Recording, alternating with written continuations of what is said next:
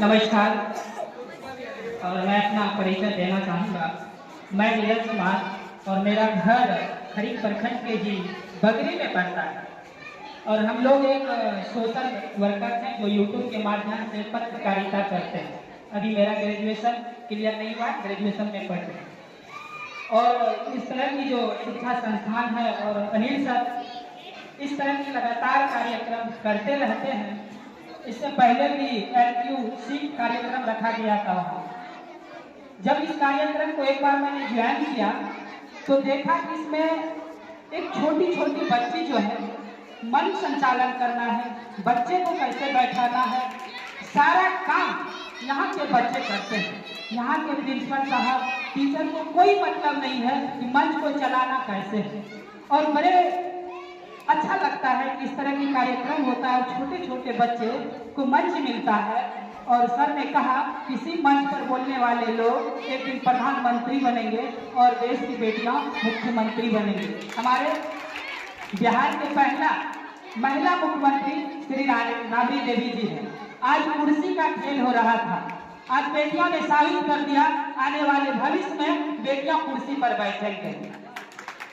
और मैं ये भी देखना चाह रहा हूँ कि बहुत सारी बेटियां को महिला पढ़ाना नहीं चाहते, बाहर नहीं पढ़ना भेजने जाते हैं, कहते हैं कि बाहर जाएंगे तो बेटियां बिगड़ जाएंगी। भैया माता बहनें सबसे निवेदन है कि बेटियां बिगड़ती नहीं है।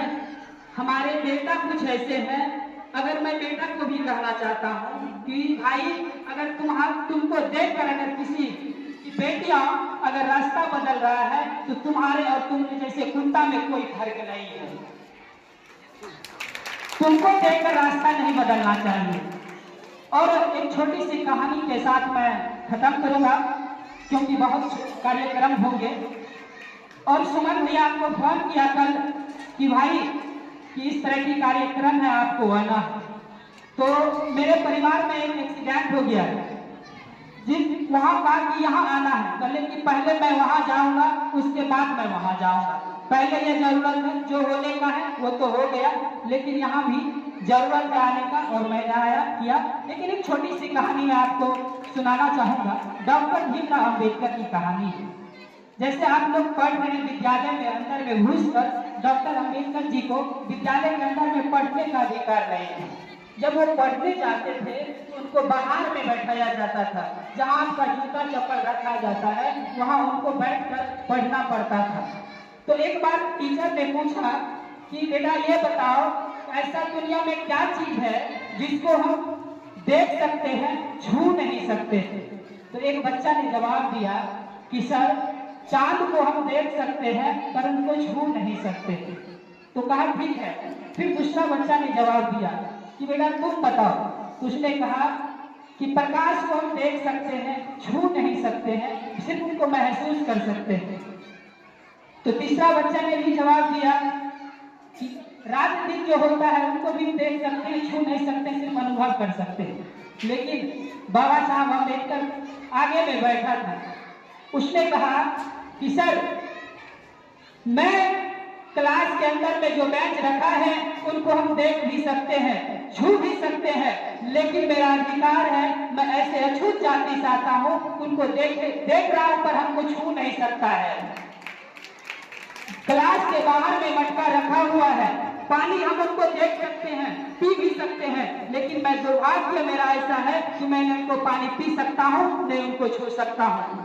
वो लड़का उस दिन घर चला गया और माँ को कहता है कि माँ मैं विद्यालय नहीं जाऊंगा पढ़ने, मेरे साथ बच्चा हमारे टीचर लोग सब लोग हमको बाहर में बैठाता है।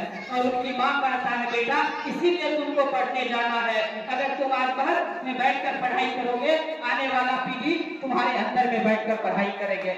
आज उसी के वजह से आप लोग अंदर में बैठकर पढ़ाई करते हैं। तो पढ़ाई बहुत सारी हमारी बहन बता रहे थे शिक्षा का महत्व कि शिक्षा क्यों जरूरी है।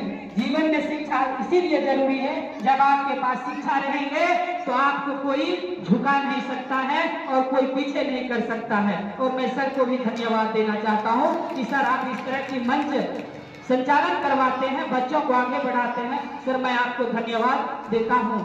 और मैं ऐलान करना चाहता हूँ कि मैं YouTube से कुछ पैसा भी कमाता हूँ। तो किसी दिन मैं जितने भी विद्यालय में बच्चे हैं उन सारे विद्यालयों बच्चों के लिए मैं कलम लाऊंगा और पूरे विद्यालय में कलम बांटने का काम करूंगा। बहुत बहुत धन्यवाद, इस तरह की मंच हमको दिया गया। बहुत बहुत धन्यवाद सभी बच्चों को। धन्यवाद नीरज भाई, आप यहाँ आए और एक खूबसूरत मैसेज